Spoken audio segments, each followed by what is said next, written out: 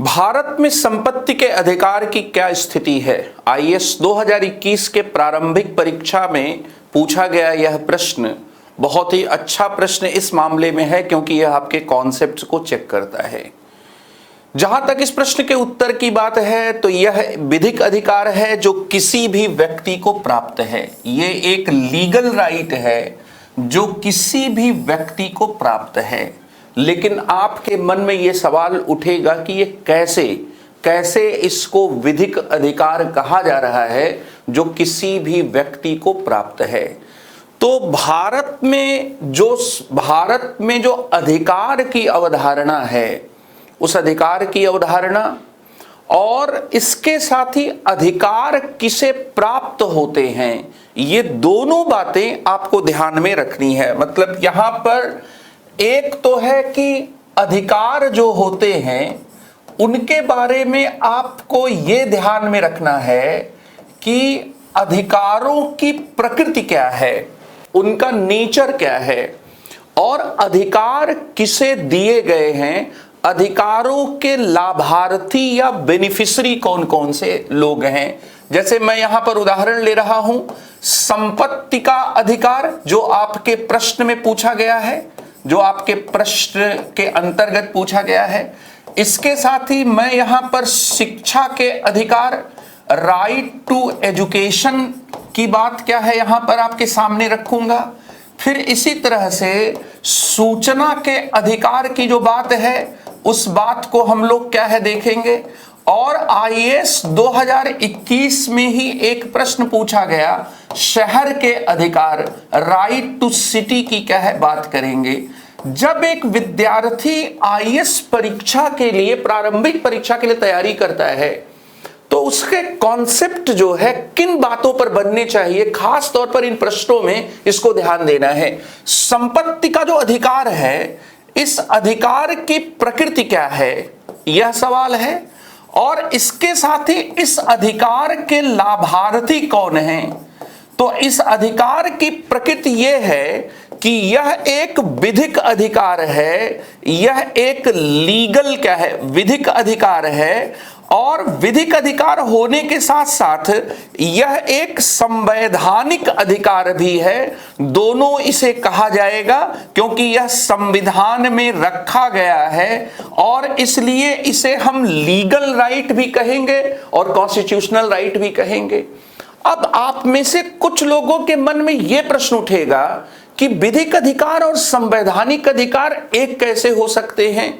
तो विधिक अधिकार एक बड़ी अवधारणा है और विधिक अधिकार के भीतर जो है संवैधानिक अधिकार, वैधानिक अधिकार, इसके साथ ही प्रथागत अधिकार और जो वाद कानून के द्वारा क्या अधिकार दिए जाते हैं उनकी भी बात क्या आती है या उनसे जुड़ी हुई बात है। दरअसल कंफ्यूजन तब होता है जब हम लीगल राइट को और स्टैट्यूटरी राइट को, विधिक अधिकार को और वैधानिक अधिकार को एक मना देते हैं। तो यहां पर ये विधिक अधिकार भी है, संवैधानिक अधिकार भी है। यहां पर मैं ये बात क्लियर करना चाहूंगा कि जो अधिकार हैं, इन अधिकारों का एक जो क्लासिफिकेशन है वह क्लासिफिकेशन आजकल इस रूप में मिलता है।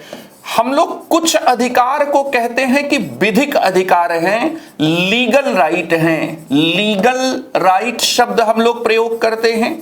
इसके साथ ही कुछ अधिकारों के लिए नैतिक अधिकार, मोरल राइट शब्द का प्रयोग करते हैं। अधिकार में एक शब्द है मोरल राइट और इसके साथ ही मानव अधिकार शब्द भी हम क्या प्रयोग करते हैं, मानव अधिकार। और मानव अधिकार के अलावा पशु अधिकार भी हम लोग एक अवधारणा आजकल स्वीकार करते हैं, एनिमल राइट की भी अवधारणा क्या आ गई है। तो यहां पर ह्यूमन राइट और ह्यूमन राइट के साथ साथ क्या है, यह जो एनिमल राइट है, यह एनिमल राइट की अवधारणा भी इसमें क्या आ गई। तो विधिक अधिकार, नैतिक अधिकार, मानव अधिकार, पशु अधिकार, ये जो विधिक अधिकार हैं अब इन अधिकारों के बारे में आप समझें कि भाई विधिक अधिकार क्या होते हैं। सबसे पहली बात यह है कि विधिक अधिकारों का स्रोत जो होते हैं वे कानून होते हैं, इनके जो सोर्स होते हैं वह कानून होते हैं, और इसके साथ ही इसीलिए इन्हें जो है न्यायालय के द्वारा लागू कराया जा सकता है, न्यायालय के द्वारा लागू कराए जाने की विशेषता भी रखते हैं। कानून के रूप में जो कानून हैं उनके स्रोत क्या होते हैं, कानून कितने प्रकार के होते हैं, तो कानून का एक सोर्स जो है वह संवैधानिक कानून होता है, कॉन्स्टिट्यूशनल लॉ होता है। कानून का एक प्रकार जो होता है वह स्टैट्यू लॉ होता है, वह वैधानिक या सांविधिक कानून होता है, या विधायी कानून भी कहते हैं, वैधानिक कानून, विधायी कानून, और इसके साथ ही क्या है सांविधिक कानून। कई बार बच्चे इसको लेकर थोड़ा सा कंफ्यूज हो जाते हैं। आपको विधिक अधिकार और वैधानिक अधिकार, स्टैट्यू लॉ, इनमें फर्क करना पड़ेगा। लीगल राइट का बेस लॉ होता है, और लॉ 4 प्रकार का होता है, संवैधानिक कानून, वैधानिक, विधायी या सांविधिक कानून। इसको इंग्लिश में कहते हैं स्टैट्यू लॉ। ये स्टैट्यू लॉ है, इसको इंग्लिश में कहते हैं कॉन्स्टिट्यूशनल लॉ, ये कॉन्स्टिट्यूशनल लॉ है। और इसके अलावा एक परंपरागत कानून होता है जिसको कस्टमरी लॉ कहते हैं। परंपरागत कानून, जैसे परंपरागत कानून जो विवाह वगैरह के संदर्भ में होते हैं कि हिंदू विवाह जो तभी सोलेमनाइज्ड माना जाएगा जब सिंदूर दान और 7 फेरे हों, तो कस्टमरी लॉ हुआ। और इसके साथ ही एक होता है वाद कानून, केस लॉ, केस लॉ। तो इसलिए सबसे पहली बात तो यह है कि विधिक शब्द एक व्यापक शब्द है, और विधिक में, लीगल में दरअसल constitutional, statute, customary, case law, ये जितने प्रकार के कानून से जो भी हमें अधिकार प्राप्त होते हैं वे अधिकार इसमें शामिल माने जाते हैं। अब आपके मन में एक और सवाल उठेगा कि फिर हम ऐसी स्थिति में मूल अधिकारों और विधिक अधिकारों के बीच में फर्क कैसे करेंगे, तो उसमें भी फर्क होता है। डॉक्टर भीमराव अंबेडकर ने जब संविधान सभा में मूल अधिकारों और गैर मूल अधिकारों के बीच में अंतर प्रस्तुत किया था, तो उन्होंने ये कहा था कि मूल अधिकार और गैर मूल अधिकार के बीच का ये अंतर नहीं होता कि मूल अधिकारों पर कोई प्रतिबंध नहीं होते हैं और गैर मूल अधिकारों पर कोई प्रतिबंध होते हैं। दरअसल मूल अधिकार राज्य की विधि की देन होते हैं, और गैर मूल अधिकार जो होते हैं वह व्यक्तियों के समझौते की कह देन होते हैं। विधिक अधिकार जो होते हैं वह क्या होते हैं, वह राज्य के विरुद्ध हो यह आवश्यक नहीं है, लेकिन मूल अधिकार जो होते हैं वह राज्य को भी रोकते हैं, राज्य के विरुद्ध भी क्या होते हैं। इसलिए लीगल राइट जो टर्म है वह टर्म जो है वह एक बड़ा टर्म है। विधिक अधिकार में संवैधानिक अधिकार भी आ जाएगा, वैधानिक अधिकार भी आ जाएगा, परंपरागत कानून से भी जुड़े हुए अधिकार आ जाएंगे, और वाद कानून से भी जुड़े हुए अधिकार क्या आ जाएंगे। अब यहां पर इसका मतलब यह हुआ कि जितने भी संवैधानिक अधिकार हैं वे विधिक अधिकार हैं, लेकिन सभी विधिक अधिकार संवैधानिक अधिकार क्या है, नहीं है। तो इसलिए जो मैंने यहां पर आपको डिवीजन किया, इस डिवीजन के संदर्भ में हमने कहा कि विधिक अधिकार भी है और संवैधानिक अधिकार भी है। कुछ अधिकार विधिक होंगे लेकिन हो सकता है कि वो वैधानिक अधिकार हों। तो एक तो यह है कि संपत्ति का अधिकार, यह एक विधिक अधिकार है, संवैधानिक अधिकार है। क्यों? क्योंकि अनुच्छेद 300A में यह कहा गया है कि किसी भी व्यक्ति को उसकी संपत्ति से विधि के प्राधिकार से ही वंचित किया जाएगा, अन्यथा नहीं। तो 300A में यह बता दिया गया है कि यह अधिकार व्यक्तियों पर लागू होता है। यह अधिकार जो होता है वह नागरिकों तक ही सीमित नहीं है, क्योंकि 300A में जो ये लैंग्वेज है, ये लैंग्वेज ये बताती है कि किसी भी व्यक्ति को उसकी संपत्ति से विधि के प्राधिकार से ही वंचित किया जाएगा, अन्यथा क्या है नहीं। तो संपत्ति का अधिकार 44वें संविधान संशोधन 1978 के द्वारा जोड़े गए अनुच्छेद 300A के तहत एक विधिक और संवैधानिक अधिकार है। विधिक अधिकार 4 प्रकार के होते हैं: संवैधानिक अधिकार, विधायी अधिकार, परंपरागत अधिकार और वाद कानून से जुड़े हुए अधिकार। तो संसद के कानून से भी जो हमें अधिकार मिलते हैं वो भी व्यापक रूप में लीगल राइट के भीतर आएंगे। अंतर यहां पर यह है कि कुछ लीगल राइट हमें संविधान से मिल जाते हैं और कुछ लीगल राइट ऐसे हैं जो हमें संसद के द्वारा बनाए गए कानून से क्या है मिलते हैं। तो यहां पर विधिक अधिकार और संवैधानिक अधिकार हुआ। शिक्षा के अधिकार की बात करें हम लोग, तो शिक्षा के अधिकार की प्रकृति क्या है और शिक्षा के अधिकार के लाभार्थी कौन कौन से लोग हैं।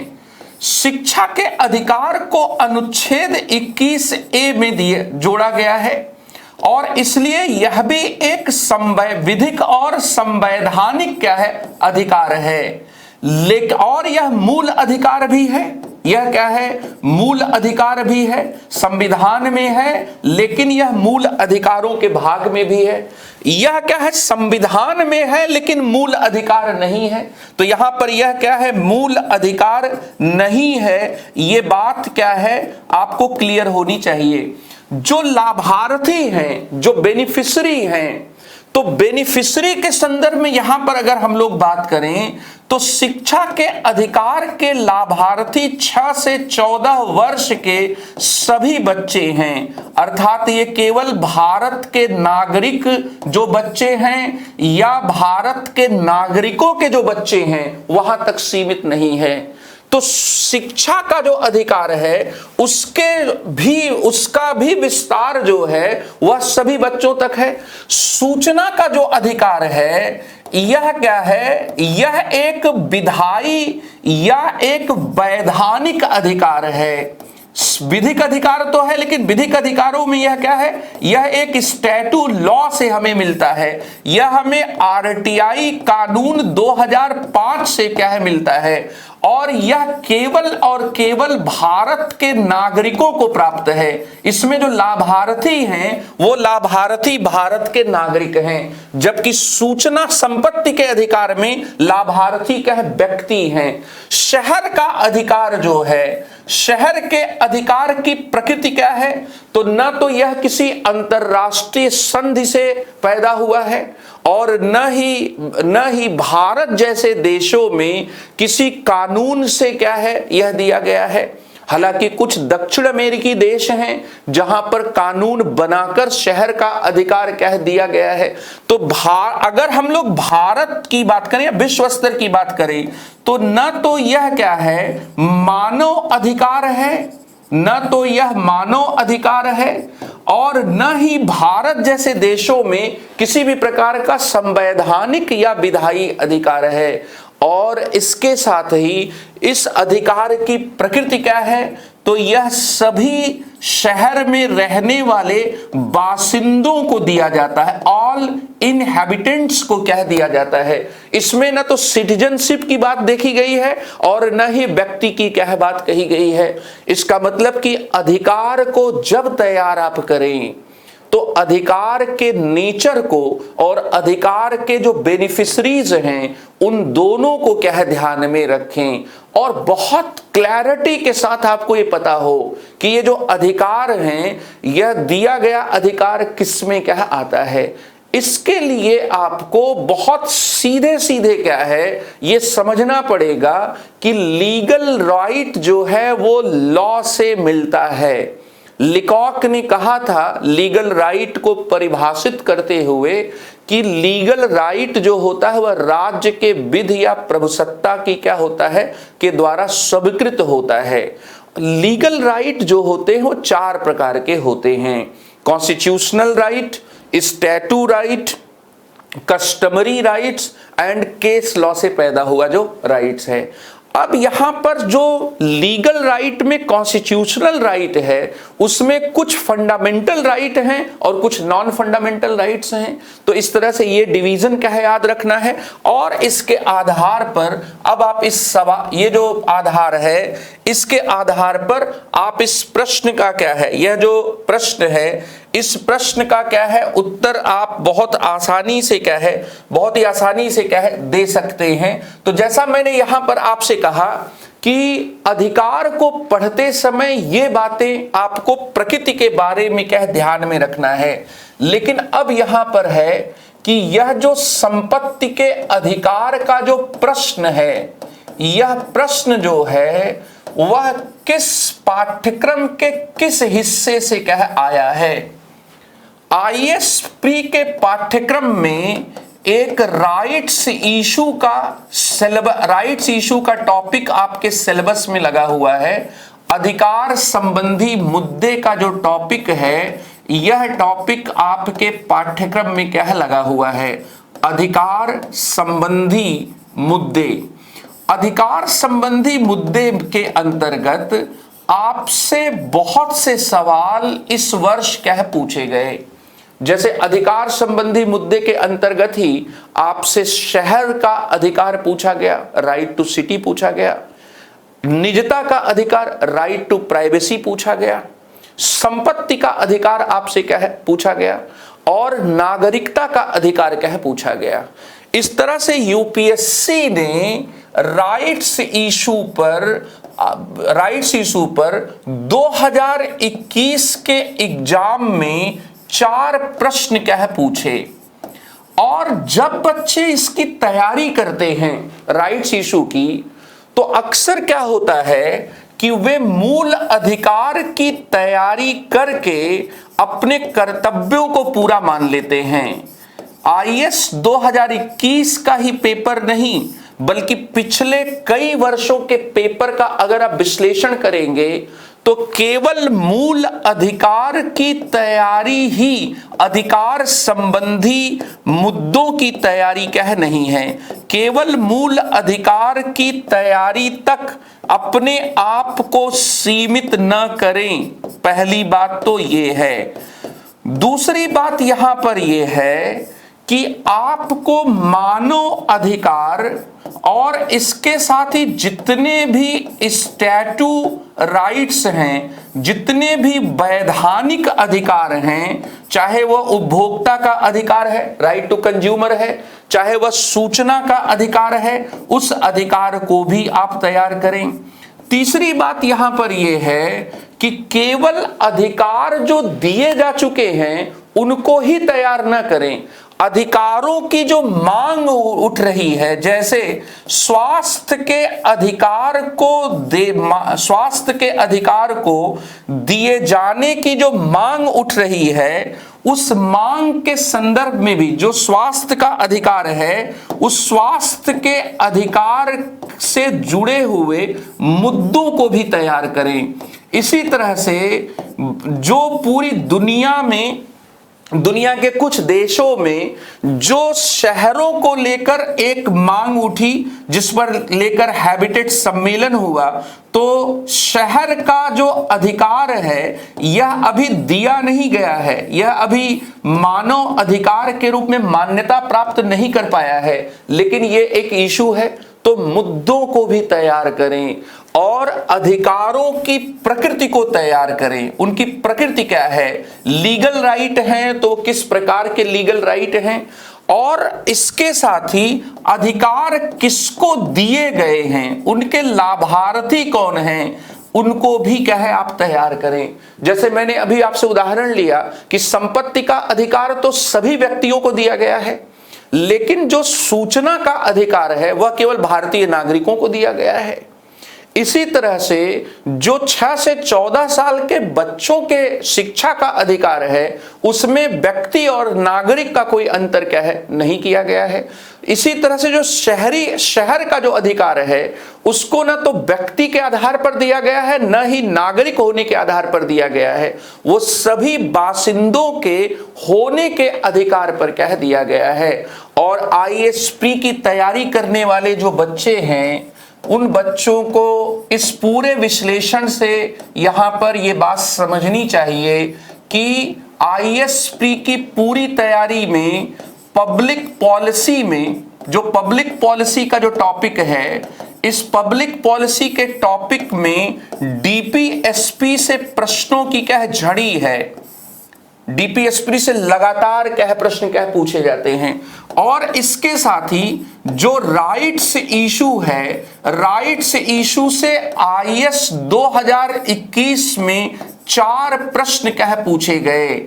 अब ये प्रश्न क्या है हर साल होते हैं, लेकिन सवाल यह है कि आपने प्रश्नों को यह ध्यान रखकर तैयार किया है कि नहीं कि कितने पर्सपेक्टिव में प्रश्न क्या है पूछे जाते हैं। जहां तक संपत्ति के अधिकार की बात है तो संपत्ति का अधिकार भारत के संविधान, मूल संविधान में भाग 3 में अनुच्छेद 19 और अनुच्छेद 31 में स्थापित किया गया था। दरअसल संपत्ति का अधिकार स्वतंत्रता के अधिकार के रूप में मूल संविधान में अनुच्छेद 19 के भीतर क्या है रखा गया। और अनुच्छेद 31 में संपत्ति को लिया जा सकता है विकास के लिए या किसी भी प्रकार की समानता लाने के लिए, कोई भी योजना लागू करने के लिए संपत्ति के अधिग्रहण करने की भी बात क्या है कही गई कि सार्वजनिक हित के लिए राज्य संपत्ति का अर्जन क्या है कर सकता है। लेकिन संपत्ति के अधिकारों पर इतना विवाद हुआ 1950 से ही कामेश्वर सिंह बनाम बिहार राज्य के मसले से लेकर दरअसल गोलकनाथ और उसके बाद के कुछ मामलों को देखा जाए, बीच में बेला बनर्जी का विवाद था। इतने विवाद हुए कि संशोधनों के बावजूद भी न्यायपालिका और संसद के बीच में संपत्ति के अधिकार की स्थिति को लेकर मतभेद बने रहे। पहला संविधान संशोधन जो किया गया वह संपत्ति के अधिकार से जुड़ा हुआ था, 9वीं अनुसूची डाली गई।